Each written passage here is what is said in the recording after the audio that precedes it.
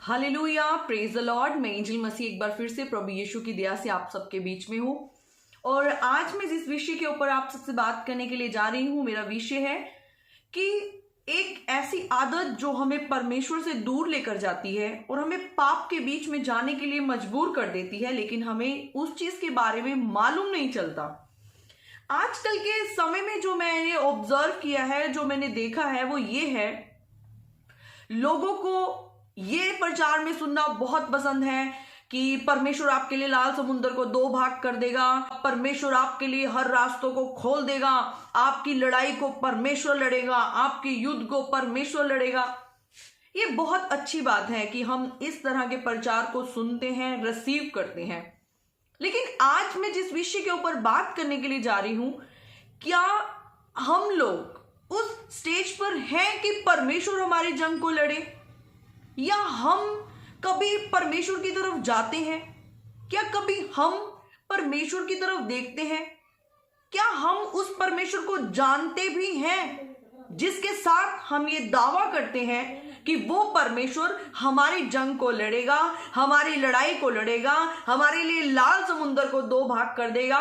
क्या सचमुच हम मूसा की तरह उस परमेश्वर के साथ एक रिश्ते में हैं या नहीं हैं? अक्सर हम लोग यूट्यूब पर, फेसबुक पर या कहीं पर भी सिर्फ उस प्रचार को सुनते हैं जो हमारे बेनिफिट के लिए है, जिसमें हमारे को हर चीज सही कही जा रही है।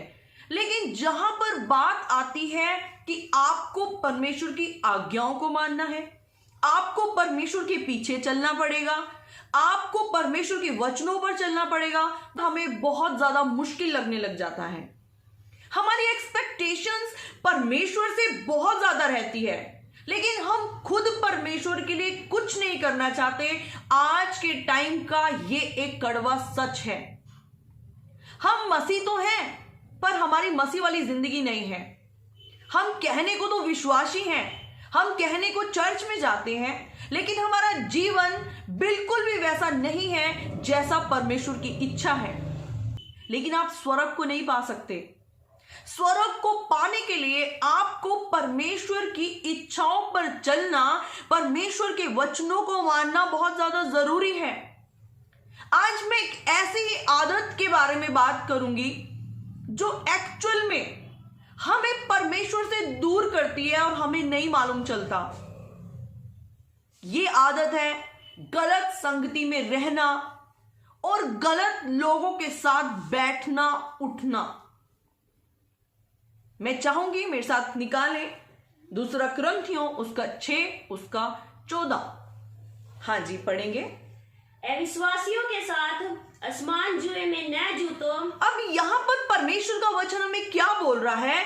अविश्वासियों के साथ आपको एक जुए में नहीं चलना। यहां पर क्या बता रहा है परमेश्वर का वचन? यहां पर 2 कैटेगरी के लोगों के बारे में बताया जा रहा है। आपको मालूम है, जब 2 तरह के लोग अपने फोर्स को लगाते हैं, अपने जोर को लगाते हैं, तो वो 2 तरह की ताकत काम करती है। अब यहां पर परमेश्वर का वचन हमें एक चीज सिखा रहा है, अविश्वासियों के साथ उनके जुए में आपको नहीं जुटना। यहां पर इसका मतलब क्या है? हमें अविश्वासियों वाले काम नहीं करने। ये चीज बैलेंस कभी भी नहीं हो पाएगी। हमें ऐसा लगता है कि हम बैलेंस कर सकते हैं, लेकिन मैं आपको एक चीज बताना चाहती हूं, बैलेंस हमेशा एक कॉम्प्रोमाइज है। बहुत से लोगों को मैंने ये कहते हुए सुना है, हमें समाज को देखना पड़ता है, हमें रिश्तेदारों को देखना पड़ता है, हमें हर चीज को बैलेंस करना पड़ता है। ये बैलेंस नहीं है। आप कभी भी इसको थोड़ा सा और आगे पढ़ेंगे, क्योंकि धार्मिकता और अधर्म का क्या मेल जोल। परमेश्वर का वचन यहाँ पे बता रहा है, धार्मिकता और अधर्म का कहीं से भी मेल जोल नहीं हो सकता। आप इस चीज को एक जुए में लेकर नहीं चल सकते हैं। हम इन चीजों को जोड़कर नहीं चल सकते। हम सोचते हैं कि हम परमेश्वर के भी हो जाएं और हम दुनिया के भी हो जाएं, और हमें बैलेंस कर कर दोनों चीजों को चलना है। जबकि परमेश्वर का वचन हमें क्लियर एक चीज बता रहा है कि ये चीज बैलेंस नहीं हो सकती। इस चीज में सिर्फ कॉम्प्रोमाइज हो सकता है कि आप पाप की तरफ जाएं। आगे, या ज्योति और अंधकार की क्या संगति, और ज्योति और अंधकार की कोई भी संगति कभी भी नहीं हो सकती। अब मैं आपको एक चीज बताना चाहती हूं। मैं आपको ये नहीं कह रही हूं कि आप आइसोलेट हो जाएं, आप अकेले कमरे में बंद हो जाएं, या आप दुनिया से ना मिलें, या आप लोगों से ना मिलें।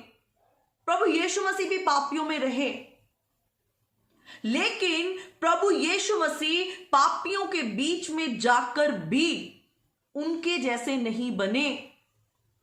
आज के टाइम में मैं बहुत बार ये चीज देखती हूं, बहुत से विश्वासी हैं जो मैंने देखा है, हम शादियों में जा रहे हैं, फिल्मी गानों पर डांस कर रहे हैं, कोई प्रॉब्लम नहीं है। हम अपने घर में कोई फंक्शन कर रहे हैं, उसमें हम फिल्मी गानों का उपयोग कर रहे हैं। क्या हम परमेश्वर की बुलाहट को सुन रहे हैं? क्या हम परमेश्वर की आवाज को सुन रहे हैं? आज हमें यह जानना जरूरी है। प्रभु का वचन हमें क्लियरली कहता है, अगर आप एक विश्वासी हैं तो आपको अविश्वासी की तरह जीवन को नहीं जीना। आज के टाइम में सच कोई नहीं सुन सकता। सबको अपना कंफर्टेबल जोन चाहिए। कोई बात नहीं, आप इस चीज को करो, आपको परमेश्वर माफ कर देंगे। आज आप गलती कर लो, आज आपको परमेश्वर माफ कर देंगे। हमेशा हम यही चीजों को लेकर चलते हैं। हम सिर्फ नाम के विश्वासी हैं। आपको पता है ऐसा क्यों होता है?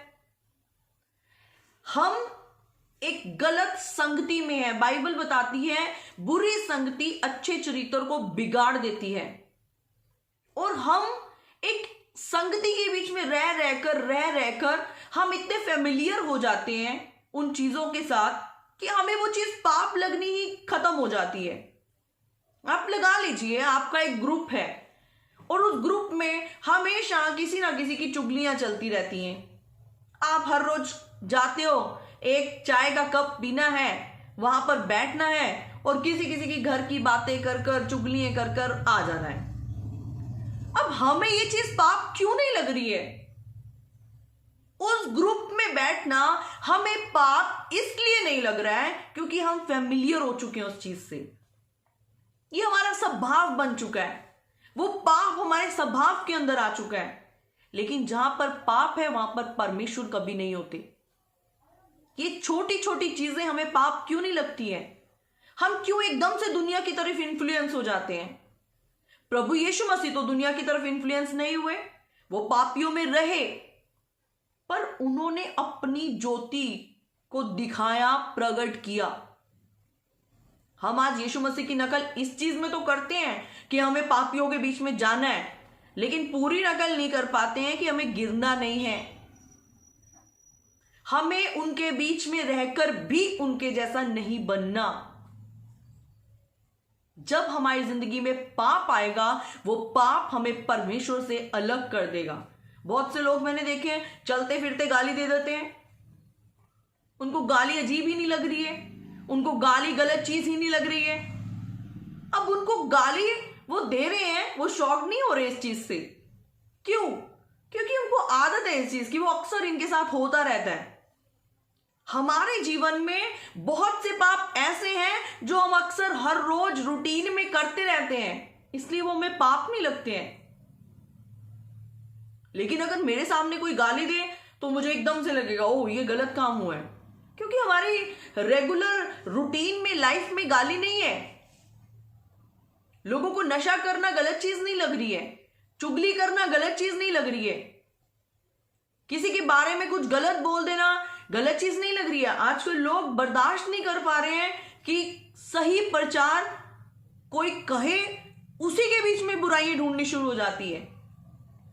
लेकिन ये सच्चाई है, हम स्वर्ग में सिर्फ तब जा सकते हैं जब हम पाप से दूर होंगे। जब हमारे जीवन में छोटे छोटे पाप खत्म होंगे, जब हमारा रिश्ता प्रभु यीशु के साथ मजबूत होगा। और प्रभु यीशु के साथ आपका रिश्ता तब मजबूत होगा जब आप उसकी आज्ञाओं को मानेंगे। आपको दुनिया में रहना है। मैंने बहुत से भाई और बहनों को देखा है, वो मुझे कॉल करते हैं, मुझसे फोन करेंगे, हम प्रॉब्लम में हैं, प्लीज हमारे लिए प्रार्थना करें, परमेश्वर हमारे लिए रास्तों को खोले। और हम बड़े बोझ के साथ उनके लिए प्रार्थना करते हैं। कुछ समय के बाद देखते हैं जब उनकी सारी प्रॉब्लम सॉर्ट आउट हो गई, जब वो सब कुछ ओके हो गए, देख रहे हैं वो दुनिया के काम कर रहे हैं। कौन परमेश्वर, कहां परमेश्वर, कोई लेना देना ही नहीं है। ऐसे करके आप परमेश्वर का अनुग्रह अभी तो पा लेंगे। अभी परमेश्वर अनुग्रहकारी प्रभु है, दया कर देते हैं, आपको सब कुछ मिल जाता है, पर आप स्वर्ग कैसे प्राप्त करेंगे? स्वर्ग प्राप्त करने के लिए आपको आज्ञाओं को मानना जरूरी है। हम कॉम्प्रोमाइज नहीं कर सकते, हम किसी भी तरीके से बैलेंस नहीं कर सकते। हमें कोई भी दुनिया का काम, सांसारिक काम नहीं करना। जो काम परमेश्वर को पसंद नहीं है, हमें वो नहीं करना।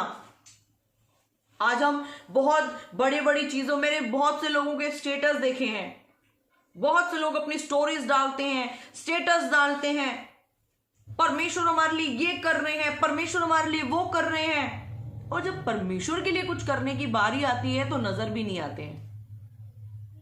परमेश्वर आपके लिए सब कुछ करेंगे, क्या आज हमें परमेश्वर के लिए कुछ नहीं करना? आज हमें ये सोचना है। इसमें आप भी हो सकते हैं, मैं भी हो सकती हूं, हर विश्वासी, हर मसीहजन इसमें हो सकता है। क्यों हम नहीं समझ पाते हैं परमेश्वर की आवाज को? क्यों हम नहीं सुन पाते हैं परमेश्वर की आवाज को? ये सुनना, समझना बहुत ज्यादा जरूरी है।